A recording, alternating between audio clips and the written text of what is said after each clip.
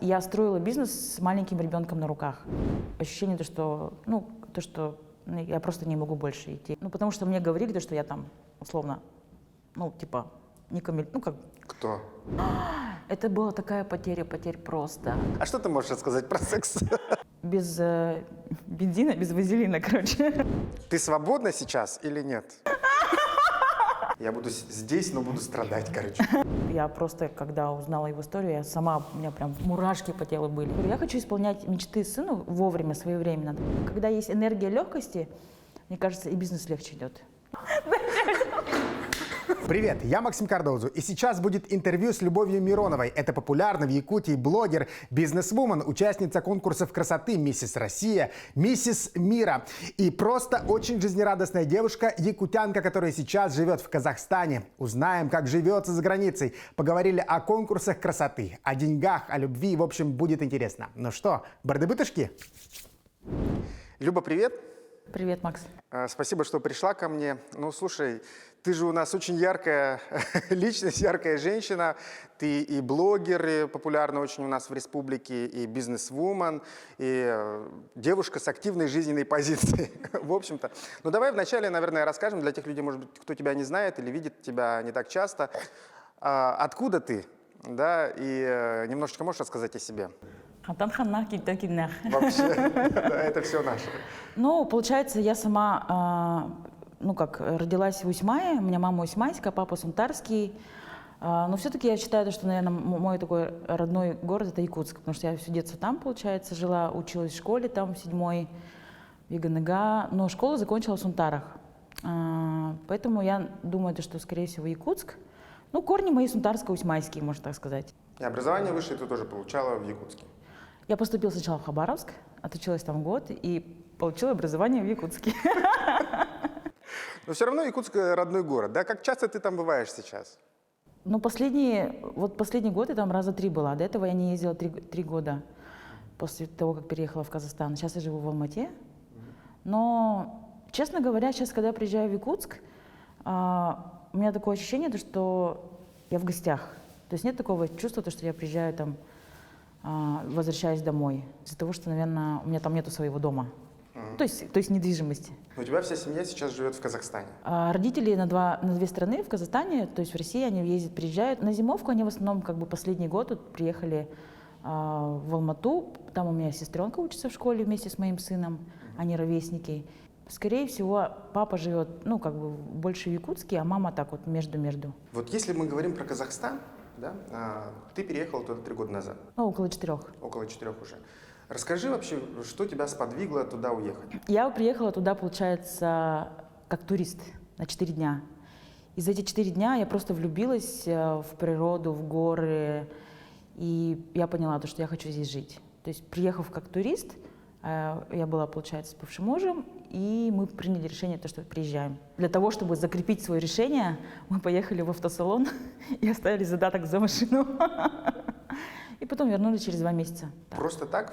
Просто из-за того, что природа красивая, что ли? Бывает то, что ты приезжаешь в какой-то город, и ты его примеряешь для жизни. То есть как бы такие мысли бывают, что интересно, я бы смогла бы здесь жить или нет. Алмата сразу зашла как-то.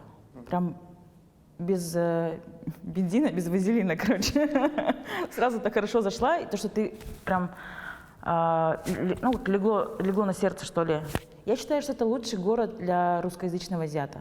То есть, если, например, сравнивать с большими городами, как Москва, да, то с точки зрения комфорта там прям ты сливаешься, то есть ты ничем не отличаешься, по сути. И плюс еще там жизнь дешевле, чем, допустим, в России. Ну и тепло. Вообще не странно звучит, что человек, наверное, уезжает из Якутска, да? Ну, так поступают, наверное, не единицы, скажем так, но то, что выбирают Казахстан, мне кажется, это тоже немножко странно. Почему уехали вообще? Решили ли вы уехать из Якутска изначально до своей поездки в Казахстан? Или это было такое спонтанное решение, что эмигрировать в другую страну вообще? Ну, по сути, на самом деле, я, когда строила бизнес, я в Якутске какое-то время не жила. Я поехала работать в Бурятию, например, какое-то время, 2 месяца пожила в Иркутске, и для меня Якутск стал одно время очень тесным городом. Но так как у меня началась личная жизнь, я вышла замуж, жила какое-то время в Якутске, да, вот последние годы, я понимала, что я хочу город побольше. И мы, получается, с супругом рассматривали моменты такие, то, что может быть или Москва, или Владивосток, ну, типа у моря, да, тепло, тоже комфортно, или же там Сибирь, там, ну, может быть, там Иркутск. Но поехали вот в Казахстан как раз на 4 дня, и было принято решение. Мне, например, далось это решение просто, потому что я уже была таким человеком, который везде ездит. Сидел на чемоданах. Да, на низком старте. Вот, вы приехали в Казахстан, и что, и сразу все прямо классно? Нет, ни в коем случае. Мы приехали в Казахстан, это был большой стресс на самом деле. Для меня это был очень первый год тяжелый. Я как человек социальный, я очень люблю общение, да, то есть мне это очень важно. Я оказалась просто в вакуум. У меня был такой вакуум, когда я не могла свою энергию никуда просто направить. И она у меня пошла, честно говоря, такое на самопоедание и так далее. И я даже в какой-то момент поняла, что у меня идет, депрессия. Я попала в депрессию и восстанавливалась, наверное, скорее всего, где-то полгода. А как вообще проявлялась у тебя депрессия? Как она проявлялась, меня ничего не радовало. То есть не было моментов, где бы я чувствовала себя комфортно. То есть, по идее, были финансовые возможности, да, были даже и путешествия, но я не могла просто наслаждаться и жить. То есть ты просыпаешься утром, засыпаешь вечером, и тебя ничего не радует. Как будто бы одно по одному. И ты думаешь, вообще для чего все это? Чтобы что? И когда я обратилась к врачу, то он сказал, что девочка, у вас глубокая депрессия. Ну и потом восстанавливаешься. Получается, первый год был самый сложный. Ты не хотела уехать в этот период обратно? Нет, кстати. Даже таких мыслей не было. Я буду здесь, но буду страдать, короче. Таких мыслей не было, потому что я понимала, что дело-то не в городе и не в стране, а дело во мне. Ну и то, что этот период все равно важен, нужен, когда вакуум. Я имела опыт уже переезда, не с точки зрения поменять страну, а города меняла, когда я понимала, что первый период будет все равно сложный. Вот. И когда уже я купила квартиру там, уже как-то якорь появился, да, то есть уже на ногах уже более комфортно стоять стало, чувствовалась опора, появились друзья, и сейчас мне там комфортно, прям очень. У меня и социум, и друзья, и какие-то проекты. Ну, я чувствую там себя прям очень комфортно сейчас. Сейчас мне хорошо, я просыпаюсь утром, я чувствую себя счастливым человеком. Такого давно не было, и я пока что не нуждаюсь. Вообще очень интересно технические такие моменты переезда. Вы же не получаете гражданство? Или там, как это вообще происходит? Ты можешь постоянно жить в течение 1 года, не продляя визу, я не знаю. Можешь про такие технические моменты рассказать? Первое время, когда мы приехали, нужно было каждые 3 месяца выезжать, но в тот момент мы много путешествовали, не было никакого ковида и так далее, да, карантина. Поэтому для нас это не было проблемой. Но мы прописались. А потом, сейчас у меня вид на жительство. То есть я гражданство не планирую менять, потому что это невыгодно с точки зрения того, что в Казахстане, если у тебя гражданство казахстанское, то ты не имеешь права иметь двойное. А россияне имеют право, поэтому нет. Расскажи про других якутян, которые тоже переехали в Казахстан. Есть же такие люди, общаетесь ли вы? Вообще есть какое-то комьюнити землячество? Вот мы все любим землячество, мы любим объединяться там в разных странах. У нас есть группа в WhatsApp, мы там встречаемся, но в основном это бывают какие-то кучки. В прошлом году планировался ЭСЭХ, но его так и не провели. Но в целом комьюнити есть, но я бы не сказала, что она очень какое-то системное, организованное и так далее. Но мы все общаемся, поддерживаем связь, иногда созваниваемся. Если нужна какая-то помощь, мы все собираемся, например. Ну, а ЭСЭХ-то будет, в конце концов? Самый главный вопрос. Ну, я думаю, что, скорее всего, да. Потому что вот после ковида люди все равно хотят же как-то общаться, встречаться. Я думаю, что этим летом будет, скорее всего. Есть ли какие-то подводные камни, когда ты переезжаешь в Казахстан из России? Сначала мне было сложно, потому что я не понимала ментальность, да. Я когда приехала, кстати, мне все говорят, знакомые, с кем знакомились, ой, будьте осторожны, здесь всем не доверяйте, северные люди очень доверчивые, никому не одалживайте деньги и так далее. И поэтому я за счет вот этих вот советов, и они были много раз от разных людей, это немножко так напрягало. И я была где-то зажата даже в общении с людьми, закрыта, то есть закрывалась для того, чтобы, ну, типа, себя обезопасить, потому что все говорили одно и то же, типа, не доверяйте, не доверяйте. И как сказал мой хороший друг Ян Рей, он сказал, в Алмате очень легко попасть в плохую компанию и очень сложно в хорошую. Ну, мне с этим повезло. У меня сейчас там прекрасные друзья, соседи и там какие-то партнеры тоже. Короче, если у тебя нормальные появляются друзья и общение в Казахстане, то все остальное легко и просто.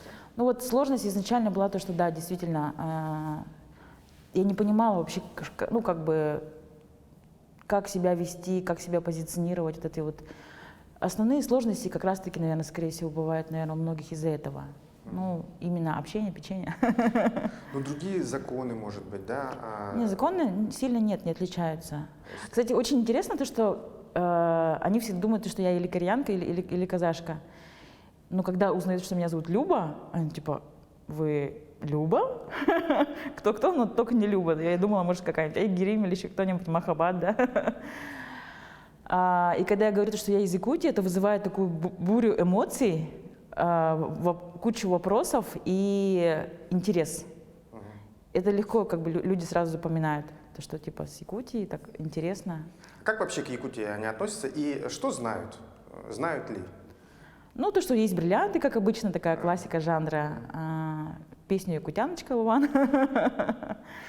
В принципе, но кто-то говорит, даже наши братья, типа тоже там тюркский язык. У нас же язык все равно похож. Ты можешь понимать что-то или все равно только счет, например? Знаешь, такая интересная история, то, что когда вот люди говорят, я сейчас уже говорю, то есть если мне обращаются на казахском, я как бы могу отвечать, ну, на русском. Это как? Во-первых, это немножко похожие слова, плюс ну, интонации, как бы, да, и плюс еще логика. Все вместе, как бы, можно понять хотя бы там 20-30%, о чем говорится. Ты же обеспеченная девушка, да, скажем так? С какой целью интересуетесь? Ты сразу приехала в Казахстан, купила, судя по Инстаграму, очень симпатично. Это что? Таунхаус, квартира, там Это квартира, да. Это квартира. Вот. С террасой. Ребенок ходит в частную английскую школу. Там ты особо ни в чем себе можешь не отказывать, да? И с чего это все? Я на самом деле, ну как бы из обычной семьи предпринимателей, как бы, да. И я построила бизнес, сетевой бизнес. И это было, конечно же, непросто, но я была в такой бизнес-армии, можно сказать, такой жесткой, 3 года, где я работала 7 из 7, 365 дней в году, то есть без выходных, без проходных. И я построила бизнес довольно-таки быстро. Условно я, допустим, вышла на комфортный уровень дохода за 3 года. И если посмотреть в целом, как бы мой темп роста был такой один из самых быстрых в тот момент среди всех моих остальных коллег и так далее. И я просто, когда пришла в бизнес, я сразу сказала себе, что не хочу сделать свой путь очень долгим и нудным. Я лучше сделаю быстро, качественно, и потом буду отдыхать. Кстати, мысль еще такая была, я хочу выйти на пенсию в 35. Но у меня получилось, в принципе, как-то вот перестать, можно сказать, активно работать в 33 года. То есть как ты работала, получается? Ты ездила, это были командировки, это были какие-то встречи, там, что приходилось тебе делать, какие трудности у тебя возникали? Трудностей было очень много. Первый момент, когда ты делаешь очень много исходящих, но нету входящих. То есть ты вот столько работаешь, а получаешь вот столько. Вот. И это было сложно, потому что многим людям, которые не получают результаты финансовые какие-то, да, они уходят из бизнеса, потому что не хватает терпения. Трудности были, как вообще, какая моя деятельность была? Я приглашала в клубы, то есть в клубы людей. Когда ты слышишь каждый день слово «нет», ты слышишь в день по 100, по 200 раз как бы «нет», да, ты потом можешь как-то вот немножко опустить руки где-то. Но я шла вперед и открывала клубы, я решила переехать в Бурятию. И это было таким очень хорошим решением, потому что именно вот после переезда в Бурятию у меня прям пошел такой квантовый скачок с точки зрения финансов и роста организации. Это же нужно иметь какую-то смелость для того, чтобы переехать не только в другой город внутри республики или куда-то по классике жанра, да, там в Москву или в Петербург, а ты переехала в другой регион и не такой богатый, я тебе хочу сказать. Ну, я думаю, что даже не надо быть умным, иметь какие-то суперталанты, нужно просто брать и делать, идти и пахать. Какая была мотивация у тебя идти и пахать? Я когда пришла в бизнес, я сказала, что я мечтаю, чтобы мой сын изучал географию по визам в паспорте. И животных не по картинкам, а вот именно в реалии. Это для меня была мотивацией, потому что, например, я попала в Диснейленд. Вот с детства, помнишь, да, мы смотрели же мультики, да, вот эти вот диснеевские. Я все детство мечтала попасть в Диснейленд. Но моя мечта исполнилась в 30 лет. И для меня была мотивация, я говорю, я хочу исполнять мечты сыну вовремя, своевременно, допустим, да, вот чтобы его свозить туда и сюда. Я и развелась, получается, у меня был первый брак, я развелась, и я строила бизнес с маленьким ребенком на руках. То есть если для кого-то это могло бы быть причиной, чтобы не развиваться, не работать, не строить бизнес, ну, причина, допустим, у меня маленький ребенок, ему всего лишь год, он в садик не ходит, я не могу строить бизнес. А для меня это было наоборот, как раз-таки таким рычагом для того, чтобы идти и делать. И когда я ездила везде по регионам разным, я всегда сына с собой брала, и как бы он со мной был. И как назад по пути просто нету, ты просто идешь и делаешь. Ну, это ребенок, да. А Моя не было мотивация. тяжело с маленьким ребенком? Ну, конечно, было тяжело. Наверняка были неудачи.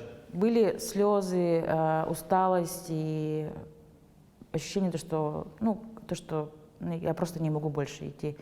Идти, делать, как бы хотелось просто плакать, хотелось быть девочкой, хотелось платье.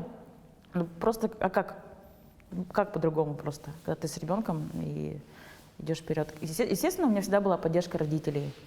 Родители меня всегда и морально поддерживали, и там где-то что-то надо как бы. Но у меня есть такой момент, что я никогда не жалуюсь. Ну, можно ли условно говорить, что ты оказалась в какие-то моменты на хлебе и воде? Ну, таких прямо супер моментов, что на хлебе и воде не было, потому что у меня все-таки есть родные, близкие, да, которые могут помочь. Были моменты, когда приходила моя няня, которую я наняла для того, чтобы высвободить свое время для строительства своего дела. Вторник я должна была ей платить, утром просыпаюсь, она приходит, и я понимаю, что у меня нет денег ей заплатить. Я просто вставала, шла и зарабатывала ей для того, чтобы оплатить в этот же день. Ну, то есть у меня работа, получается, начиналась в 6 утра встаешь и до вечера. Я была вынуждена выкупить свое время у няни и оплачивать ей зарплату, но не всегда была возможность, конечно, иметь. То есть все заработанные деньги ты отдавала няне, получается? Были такие моменты, да, то, что я зарабатывала для того, чтобы оплатить ей, например. Конечно, было тяжело. Были моменты безденежья.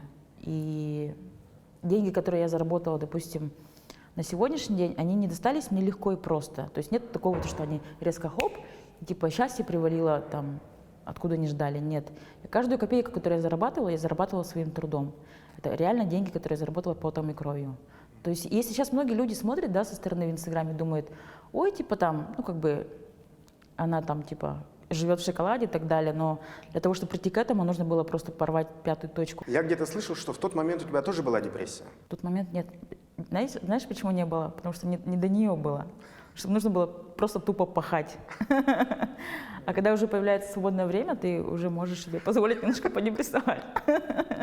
В общем, ты много работала, там, заработала себе на доход. И как ты считаешь, тебе этого хватает?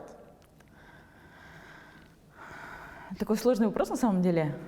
Наверное, скорее всего, нет. Но ты решила не работать дальше. Но мне комфортно. Я сейчас пока что нахожусь в таком моменте, когда мне хватает. И, может быть, мне нужно дойти до какой-то точки, до потолка, чтобы оказаться вновь в зоне некомфорта, можно так сказать. Но сейчас у меня появились люди, которые зарабатывают, ну, в окружении люди, которые зарабатывают намного больше. Это не может не мотивировать. То есть я, допустим, хочу, ну, как бы, на level up какие-то моменты. То, что я не могу пока себе позволить. Вот, ну, пока на хлеб с маслом, да, хватает. На бизнес-класс хватает. Ну, как бы, да. А хочется на джете летать.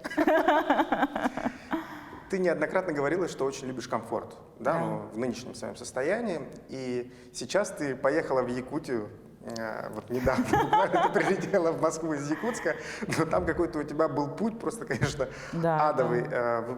Через Нерюнгри, потом на поезде, там, что это было. И вот ты столкнулась все равно с дискомфортом. Да? Как ты это пережила? Расскажи, что это было. Не, на самом деле ситуация была таковата, что я перевозила свою бабушку после операции из Алматы в Якутск. Она сделала операцию в Корее, и думали, что она будет с нами жить, но не подошел климат. И я ее повезла, у нас было все комфортно, мы поехали на бизнес-классе с Алматы, на лежачих сиденьях, но у нее давление скакало во время полета, то есть самолет не сел в Якутске, сел в Нерюнгри из-за тумана, а там стало бабушке плохо, и нам пришлось просто выйти, поехать в больницу. Вот. И я столкнулась с тем, что мы поехали на поезде, не было билетов вообще никаких, плацкарт. Это, конечно, трэш, но я же не родилась с золотой ложкой, я все это тоже знаю. И... а что сделать? Просто подстроиться. Естественно, когда я зашла в вагон, мне захотелось просто сначала плакать. Потом я такая подсобралась, а что? Реалии жизни, почему нет? А как еще? То есть ты проехала из Нерюнгри? Да, 19,5 часов на плацкарте. На верхней полке. Ты рассказала, что в какой-то период ты больше 3 лет не была в Якутске. Да. Правильно? И прожила в совершенно другом городе, южном, с горами, с прекрасной там потрясающей природой и так далее и тому подобное. А когда ты возвращаешься в Якутск, видишь ли ты перемены, которые вот в городе происходят? Есть ли они? И можно ли сравнивать, например, с казахскими городами? Что бросается, может быть, в глаза? Во-первых, мне очень нравится то, что в Якутске настоящая зима прямо, да, зима-зима, потому что в Алмате этого нету. И все равно немножко даже скучаешь по этому. Плюс мне нравится то, что там есть высокие деревья, сосны. Прям, раньше как-то, есть и есть, как рутина, да, в Якутске. Это классно прямо, вот эти вот деревья, сосны, и я наслаждаюсь этим. А я не была летом, кстати. Я не была летом 4 года в Якутске. Да. Но я понимаю, что там пыльно, да, вот это вот все Зимой мне нравится больше. Изменилось ли что-то за все эти годы? Можно сказать, что, наверное, нет особо ничего. Построились новые дома квартирные, да. Особо ничего не поменялось. Ты в Казахстане занимаешься бизнесом, опять же, в другой сфере. Ты открыла бар. Да. Да, расскажи про него, что это было. У меня есть друг, он открыл несколько баров в Алмате, очень таких модные, самые модные места. И у него появился новый проект летний на 5 лет. Променадная улица, и там есть такая площадка, и там 4 бара. И он мне предложил партнерство, будешь заниматься, давай партнерство, войдешь в бизнес. А я такая, почему нет? Учитывая то, что у меня есть время, и мне был интересен этот опыт. То есть мы проработали в прошлом году, хотя это был ковид, и мне было очень интересно на самом деле. С точки зрения, это же традиционный бизнес, это не сетевой бизнес, но я поняла, что те навыки, которые я научилась каким-то навыкам в сетевом бизнесе, в принципе, они помогают мне в любом другом. Это не сложно, это приносит деньги? Учитывая то, что в прошлом году был ковид и был локдаун, мы не могли работать в полную меру, только до 10 вечера, мы не ушли в минус. Не ушли в минус, это уже хорошо. Тогда как другие заведения, они очень сильно уходили в минус, поэтому я думаю, что я, скорее всего, за этот сезон, если ничего не будет, никакого локдауна, я просто верну то, что вложила. Ты готова вообще уходить в минус, когда начинаешь новый бизнес? Конечно, без этого никак. У меня психология предпринимателя. То есть мои родители предприниматели, да, всю жизнь были. Они брали ответственность больше на себя, поэтому у меня нет такого, что я ответственность перекладываю на кого-то. Я готова рисковать, а риски они всегда есть. Поэтому для меня это разочарование — это сопутствующее в принципе. Упал, встал и так далее. Тем более я видела путь своих родителей, как папа тоже в какие-то моменты и падал, и потом вставал заново. То есть это нормально. Ты решила в Казахстане начать тоже новое дело, я так понимаю, тоже еще одно хобби, не только бар, это продвигать конкурс «Миссис Казахстан», правильно? Да, это такой момент у нас, конечно, непонятный. Я ездила на конкурс «Миссис Россия» 2 года назад с Васей. Вася меня пригласил, Вася Афанасьев. Вася Афанасьев, да. Стилист. Да, он мой хороший друг, и мы поехали, получается, туда, попали в 3. Не зря говорю «мы», потому что это командная работа. а Вася профессионал в этом. То есть наша команда, даже я выхожу на сцену, он говорит, сюда не вставай, здесь свет не так. То есть это прям настолько профессионализм был во всем. И наша команда попала в топ-3. Я не говорю, что это я, потому что реально это была командная работа. Потом предложили поехать в Лас-Вегас тоже от России, да. Я поехала как миссис Сибирия. И там у меня есть такая фишка, то что я когда приезжаю, мне всегда интересно посмотреть какой-то проект, какое-то там мероприятие с точки зрения организации, с точки зрения бизнеса. И туда приехал мой муж, получается, на тот момент, Вася, и мы взяли франшизу. Ну, то есть купили как бы проект «Миссис Казахстан». Но я совершила стратегическую ошибку, то что я оформила вот это все на супруга. Вот. Из-за этого, то есть мы купили франшизу, мы приехали в Казахстан, мы сделали сайт уже, у меня там уже команда, получается, моя подруга Даша вместе со мной, но случился локдаун. Потом случился развод, ну и так далее, в общем, вот эта вот вся канитель. Ну, то есть ты в разводе? Это следующий вопрос, я еще не ответила. То есть и конкурс застопорился. В итоге получается то, что мы сейчас не можем найти до сих пор точки соприкосновения с этой франшизой, и проект заморожен. Главная проблема тогда в чем? Что все права оформлены на бывшего супруга, да, но в чем проблема-то? Он не дает тебе развиваться в этом направлении? Ну, или хочет сам заниматься, или что? И там, получается, еще была смена директора, умер директор Дэвид Мермул тоже. И вот эта вся какая-то заваруха вот это случилась, и мы просто не можем до сих пор этот клубок размотать. Я знаю, что твои подписчики следят активно за твоей личной жизнью, да, и вот о твоем разводе даже писали на якутских сайтах новостных. Вот, может, давай точку поставим в этой истории какую-то для людей, которые следят за тобой. Ты свободна сейчас или нет? Точку поставить, скорее всего, не получится, потому что, скорее всего, многоточие. Потому что, я сейчас свободна ментально. То есть мы не живем, мы не можем найти также точки соприкосновения, не можем решить вопрос по разделу имущества, и у нас есть брачный договор. В общем, там сложноватый момент, потому что у нас сейчас раздел именно недвижимости, и мы не можем найти общий язык в этом плане. То есть мы сейчас вообще не общаемся, от слова совсем. Но официально я еще пока в браке. Ну, ментально я свободна. Ну, еще получается то, что я сейчас узнаю себя намного лучше, как бы, да, именно как женщина. Раскрываюсь сейчас, и у меня появилось сейчас больше уверенности в себе, потому что когда я была в браке, как-то вот все равно, вот я не знаю, я не скажу то, что там все было плохо, да, там в каких-то моментах, нет. Но я потеряла небольшую уверенность в себе за эти годы. Ну, потому что мне говорили, что я там, условно, не камель, Кто? Ну, где-то все равно бывают какие-то ссоры, споры, да, типа плохая жена, плохая мама, там, я омерзительно вожу в машину, там, плохо там что-то делаю и так далее. То есть вот эти моменты, они все равно немножко тебя якорят с точки зрения раскрытия себя как женщина. А сейчас как бы я, можно сказать, себя раскрываю через как раз-таки тот же флирт, общение. И я думаю, что сейчас только моя жизнь только начинается. В плане отношений как бы я не планирую сейчас такие прям супер-мега серьезные отношения, поэтому я просто буду общаться, флиртовать, ходить на свидания, просто с людьми как-то так. Но я считаю, что у меня только начало сейчас пошло. Возвращаясь к конкурсу «Миссис Россия», вообще почему ты решила участвовать и насколько эмоционально участие в таком конкурсе? Когда Вася организовывал этот конкурс, мне было интересно наблюдать и так далее. И когда-то он сказал, опрокинул такое слово, типа, может, будешь, типа? Или там, приходи на кастинг, я такая, ой, нет. Тогда я не была готова. А потом, когда как раз-таки переехала в Казахстан, куча свободного времени, и, в общем, мы как-то решили поехать. Учитывая то, что у меня, в принципе, есть опыт по конкурсам, я организовывала конкурс красоты, когда жила в деревне, я 3 года жила в Усьмае, работала экономистом Я организовывала эти конкурсы и готовила девочек на мисс Якутию. То есть у меня девочка там одна попадала в топ-5 даже.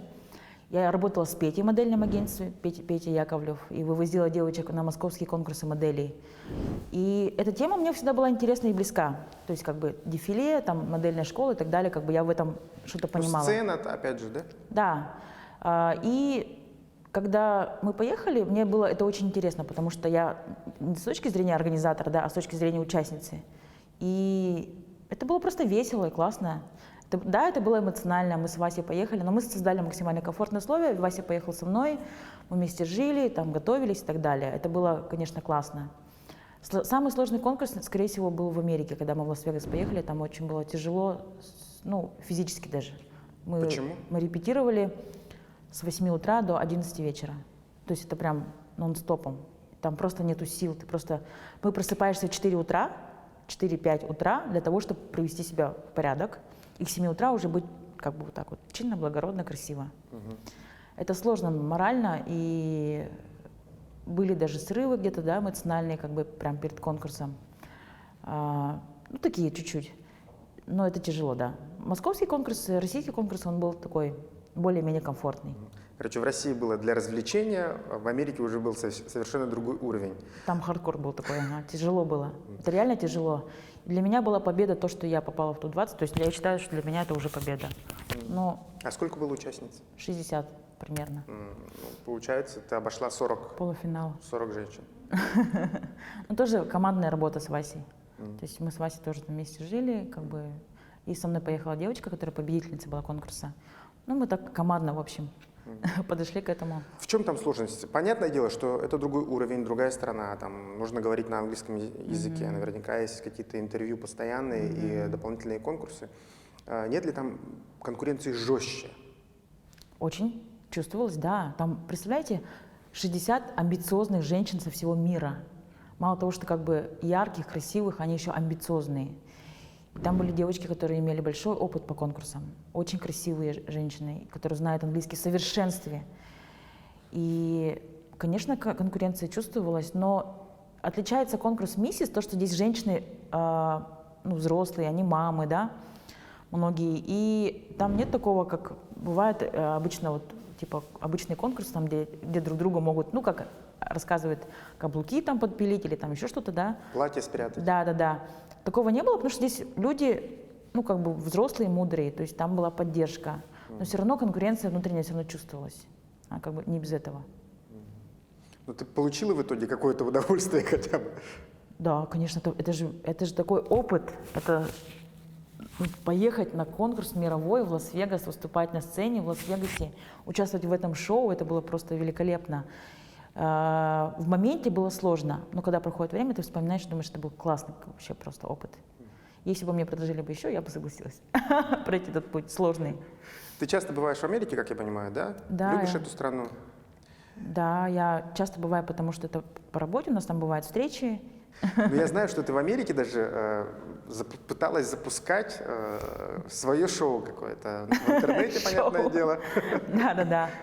Я когда-то вела тоже, кстати, YouTube-канал, там больше путешествий и так далее. И, в общем, когда мы собирались в Америку на 2 месяца с супругом, я искала человека, который может с нами поехать снимать. Вот, и он снимал. И у меня была такая идея взять интервьюировать людей, которые из стран СНГ переехали в Америку и там живут. То есть это получается решение уехать в другую страну, в Америку. Послушать историю людей, потому что это как бы мечта многих людей. Уехать в Америку, там жить и работать. У меня было несколько историй. Самая такая интересная история, на которую я очень возлагала, да, чтобы выложить в YouTube канал, это был Дима Ким, танцор. Он сам родом из Казахстана, в Москве танцевал. Он был очень успешный танцор. Он поехал в Америку для того, чтобы танцевать у Мадонны там и так далее. Да, очень амбициозный парень. Но на него упала плита, и он остался без ноги, танцор. И вот как раз-таки его история была просто бешеная история. Я просто, когда узнала его историю, у меня прям мурашки по телу были. Естественно, я хотела это снять, мы с ним договорились, он выкроил свое время. Мы сняли это интервью, мы там плакали, вообще, оно было очень эмоционально, оно было просто офигенное. Мы сняли это интервью, такие вопросы задавали. То есть я как интервьюер, в принципе, я, кажется, ну, неплохой. Я могу где-то задеть, спросить, вывести человека там на какие-то эмоции, да, это очень интересный опыт. В общем, мы сняли интервью уже в слезах, в соплях, все закончили. В итоге...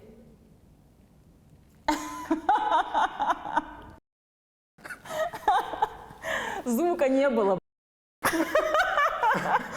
Было видео, а звука не было.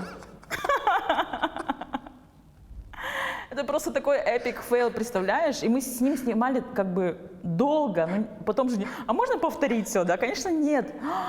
Это была такая потеря просто. И мы, кстати, обнаружили не сразу. Мы обнаружили, когда уже уехали оттуда. То есть материал есть, все. Это просто был, короче, эпик фейл. Все, после этого у меня просто не стоит на YouTube канал. Просто все упало. Я уже забросила это гиблое дело, короче, все. Ты же активно ведешь Инстаграм, у тебя там много подписчиков. Ты себя считаешь блогером? Как-то нет. У меня нету никакого контент-плана, у меня нету каких-то... Вот раньше у меня были большие текста, там какие-то там мысли, да, а сейчас, может быть, и время другое, мне сейчас просто лень. Я просто показываю свой лайфстайл, как есть. Мероприятия, какие-то там, не знаю, поездки, там, жизнь свою, быт, рутину и так далее. Ну, и, если честно, мне иногда думаю, блин, ну, когда говорят блогер, я говорю, я такой бесполезный блогер, блин, кому это интересно вообще? Ну, а ты думаешь, что блогеры должны что-то нести, там, светлое что-то, да? Ну, конечно. То есть должна быть какая-то, ну, ты же что-то несешь в мир, ну, какая-то смысловая нагрузка там и так далее. Не только же реклама суши, пиццы. Ну, у тебя есть какие-то кумиры, блогеры, на которых ты реально подписан, на которых ты читаешь, смотришь, которые тебе нравятся? Ну, мне больше визуальный, может, какой-то контент. Ну, такого прям, чтобы я на кого-то смотрю, я же не подхожу к этому как профессионально, нет. У меня нету рекламы, как бы я особо нет. Ну, кто тебе нравится? Ну, я даже, знаешь, так как-то не могу даже сказать. Я подписана на своих друзей. Вот они мне нравятся. А так, чтобы прям смотреть как-то, да, вот на кого-то быть похожим, у меня такого нету. Для меня Инстаграм — это веселье, общение и так далее. Ты общаешься с подписчиками своими? Конечно, да, очень много вопросов задают. Кстати, благодаря соцсетям я построила бизнес, кстати, очень хорошо. У меня команда, мои такие прямо самые такие костяк лидеров, они все прошли через соцсети, то есть через Инстаграм. Ну, в Инстаграме же не только веселье и розовые комментарии. Хейтеры-то есть, наверное? Да, мне писали проклятия всякие непонятные, короче.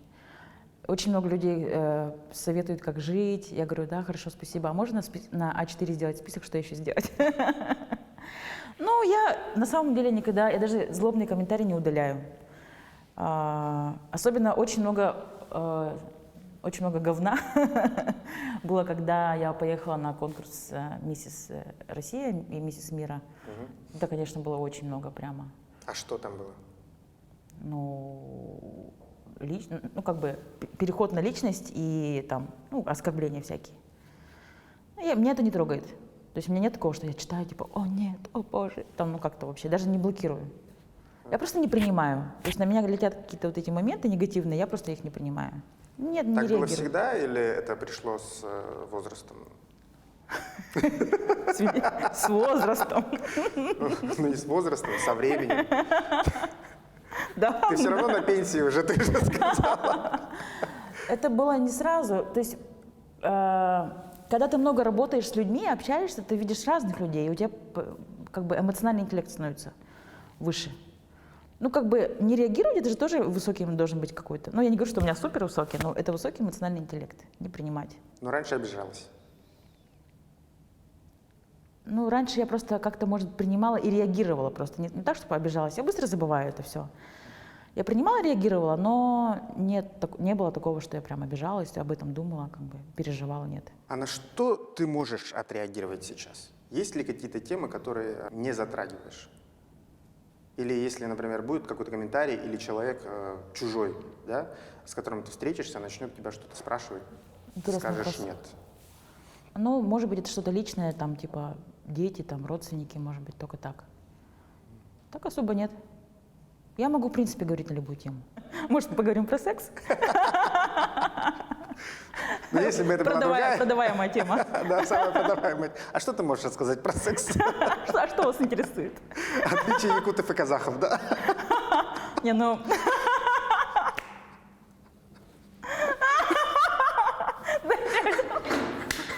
Что?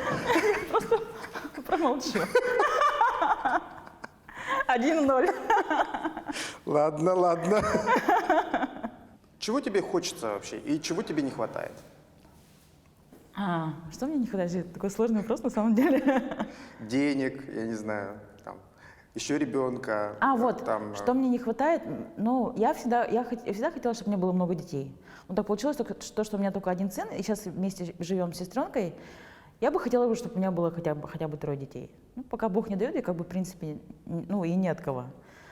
Вот. Тут, может быть, не хватает большой дружной семьи, именно вот как бы с детьми, чтобы прям было много детей, там, веселье. Ну, как, когда много людей в семье, это уже и, ну, дружно, как бы вот весело вместе, и вместе там развиваться. Это как-то, мне кажется, до того, может быть, не хватает. Я даже думала о том, чтобы взять ребенка на воспитание одно время, но сейчас понимаю, что у меня такой период, то что я же недавно развелась, и мне сейчас нужно немножечко такой личного пространства. Ну, как-то я сейчас поэтому об этом даже не думаю. А вообще, а сын как реагирует? Ты его растила первые годы, да, в таком в бешеном ритме. Да, сейчас ты проводишь с ним больше времени, и знает ли он тебя, как он к тебе относится? У тебя, может быть, поменялось какое-то отношение к материнству? Я больше мама-друг, скорее всего. То есть нет такого, что я там, у меня гиперопека и так далее. Я больше как-то, ну, я хочу, чтобы у меня сын был свободный, чтобы я не навязывала какие-то моменты. Я сама, в принципе, люблю, когда мне дают свободу, поэтому я хочу, чтобы он тоже таким был. Не было у нас созависимых отношений. Мы с сыном часто путешествуем, я очень люблю с ним где-то быть вместе. И был такой момент, когда мы заболели ковидом и лежали в Турции, в Стамбуле, на этом... Обсерватор? Да, в обсерваторе, да, 2 недели. Это было лучшее время. Мы так отдохнули, мы так сблизились. Это был просто кайф. Это был просто отпуск. Мы просто должны были быть там недельку, едем уже в аэропорт, пришли результаты, заказали такси, пришли результаты положительные. И мы остались там на 2 недели. Я, конечно, мечтала пожить у моря, мечтала пожить там, может быть, в Стамбуле, да, но не таким образом. Но на самом деле это был классный период, когда мы были чисто вместе, никуда не спешишь. Тебя кормят, просто ты ни о чем не думаешь, это был такой релакс. Тот момент, я считаю, что прям лучший, когда мы прям были прям вместе 24/7. Ты много путешествуешь. Твоя любимая страна?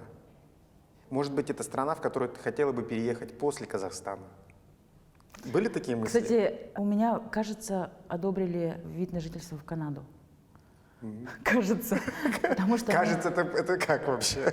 Потому что я этим вопросом я не занималась. Мы с мужем ездили в Канаду в позапрошлом году делать документы. Он там интервью проходил, короче. То есть он подавал документы, и мы как семья. И мы очень где-то полгода или, может, год этим занимались. Там юрист был, короче. И нам одобрили. И это не было моей мечтой, я это не хотела, не планировала. Просто как бы я сказала, ну хорошо, если хочешь. И, в принципе, у нас были планы, типа, переехать в Канаду. Но мне не нравится эта страна, и я бы там, наверное, и не жила бы. Я просто там себя не видела. Вот у меня такой вопрос сразу возник. Ты брала интервью у людей, которые переехали, да, из стран СНГ в Штаты, в ту же Канаду. И если ты переезжаешь без такого бэкграунда, без финансовой подушки, да, которая была, например, у вашей семьи, насколько это вообще целесообразно? И все равно трудностей же будет больше.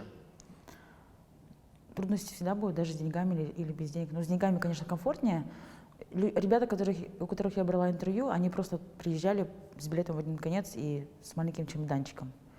Но это должна быть какая-то внутренняя сила, внутренняя уверенность и желание идти дальше. То есть идти как бы напропалую. В Америке можно хоть где работать. То есть там нет такого, то, что ты сидишь без денег. Мне кажется, там можно хоть как. Просто ты работаешь, идешь и работаешь. Может быть, сначала как бы это мало, но все равно. То есть это страна, где можно хоть где работать. Прям хоть где. Ну ты бы так смогла? Поехала бы ты только с одним билетом в один конец, с одной сумкой? Сейчас, на сегодняшний день, скорее всего, нет. Я бы не поехала даже как беженец. Я так не могу себе позволить. Ну, потому что мне нужно будет возвращаться, я хочу. Как бы я человек, который Я не могу так просто взять и все отрезать, как бы уехать. Ты спросила еще, какие страны? Я бы в Америке, наверное, жила бы. Но мне нравится очень сильно, из Европы нравится мне Италия. Там классно, вкусно. Но жить я бы там не жила. Мечтаю иметь недвижимость в Испании. В конце я хотел у тебя попросить, наверное, может быть, совет людям, которые тоже хотят заниматься бизнесом, которые, может быть, получили 125-й отказ в своей жизни, у которых опустились руки. Что ты можешь им посоветовать? С точки зрения бизнеса, многих людей тормозит страх и лень.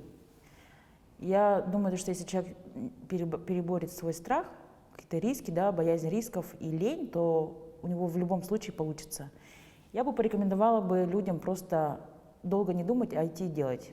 125-й отказ — это как, знаешь, как мне говорил наставник всегда, то, что тебе нужно собрать 1000 отказов. Тебе отказали сегодня 100 раз, тебе еще осталось 900. Ты собираешь отказы. Когда ты подходишь с точки зрения, то, что мне отказали, типа 100-й раз, или типа я собрал столько-то отказов. То есть это как игра.